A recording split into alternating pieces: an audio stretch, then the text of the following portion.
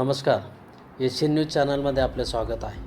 आद्यशक्ती सप्तशृंगी मातेच्या चैत्रोत्सवाच्या निमित्ताने खानदेशातून हजारो भाविक सप्तशृंगी गडाच्या दिशेने रवाना होत आहेत.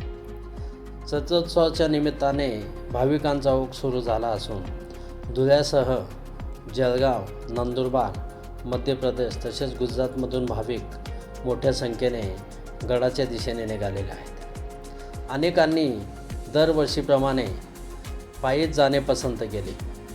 मुंबई-आग्रा महामार्गावर पदयात्रेच्या निमित्ताने मोठी गर्दी दिसून येते.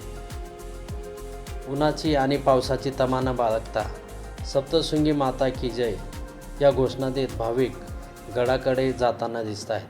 त्यांच्या स्वागतासाठी अनेक ठिकाणी वेगवेगळ्या स्वयंसेवी संस्थांनी खास भाविकांसाठी स्टॉल्स उभे केलेले आहेत. यावर्षी सप्तशृंगी मातेच्या दर्शनासाठी पायी जाणाऱ्या भाविकांची संख्या मोठ्या प्रमाणावर वाढलेली आहे. आतापर्यंत हजारो भाविकांनी सप्तशृंगी देवीचे दर्शन घेत नवस्फूर्ती केली आहे.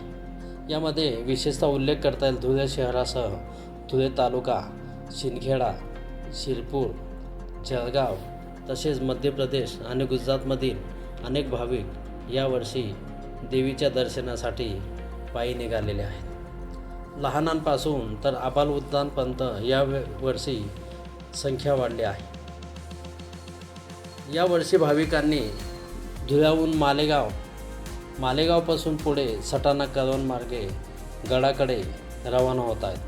वाढत्या उन्हाचा त्रास होऊ नये म्हणून अनेक ठिकाणी सावलीसाठी वेगवेगळ्या सामाजिक संस्थांनी सामाजिक बांधिलकी म्हणून मंडप टाकलेले आहेत. धुळे शहरापासून ते कळवणपर्यंत अनेक ठिकाणी या सेवाभावी संस्थांनी भाविकांची सेवा म्हणून वेगवेगळे खाद्यपदार्थ तसेच पिण्याचे पाणी मोफत उपलब्ध करून दिले आहे. एशियन न्यूजसाठी प्रतिनिधी ए शिंगळे, सप्तशृंगी गड. धन्यवाद.